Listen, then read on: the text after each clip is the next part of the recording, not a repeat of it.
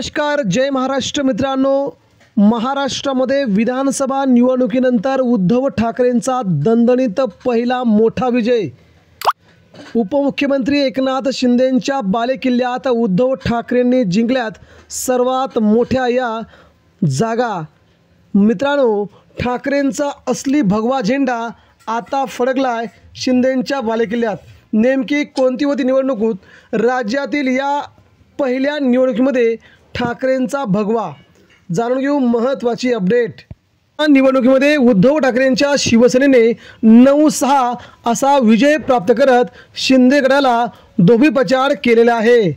या निवडणुकीमध्ये उद्धव ठाकरेंनी सध्या पालघर मधील शहापूर तालुक्यामध्ये महत्त्वाच्या मानल्या जाणाऱ्या चेरपोली बामणे या 15 सदस्यीय ग्रामपंचायतच्या निवडणुकीमध्ये झालेल्या निवडणुकीत उद्धव बाळासाहेब ठाकरे पक्षाचे तालुका प्रमुख सुनील भेरे यांनी अटीतटीच्या लढतीमध्ये अतिशय दणदणीत विजय प्राप्त केला आहे। सरपंच जगदीश पवार यांनी उपसरपंच पदाचा राजीनामा दिल्यामुळे ही निवडणूक घेण्यात आली होती।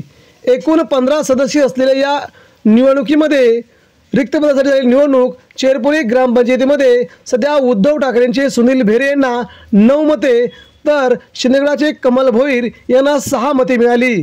सुनील भेरे यांनी इथे प्रचंड मोठा विजय प्राप्त केल्यामुळे शिवसैनिकांनी त्यांची मिरवणूक काढत आनंदोत्सव साजरा केला। सुनील भेरे हे तालुका प्रमुख आहेत आणि त्यांनी या भागामध्ये शिवसेनेचं गेल्या 15 वर्षामध्ये जबरदस्त काम केल्यामुळे शिंदेंच्या पालघर, शहापूर, विक्रमगड या सगळ्याच तालुक्यातील त्यांना खिंडार पाडण्यात त्यांना मोठं यश मिळालं होतं आणि त्यांच्या विजयाने मात्र आता उद्धव ठाकरेंची मुंबईसह आसपासच्या भागावरती सर्वात मोठी निवडणूक जिंकण्याची कला अवगत झाली आहे। यामुळे शिंदे सेनेला मोठा धक्का देत ठाकरेंनी पहिली मोठी ग्रामपंचायत पालघर जिल्ह्यातली जिंकल्यामुळे आता ठाकरेंना आगामी निवडणुकीमध्ये खूप मोठा फायदा होणार आहे।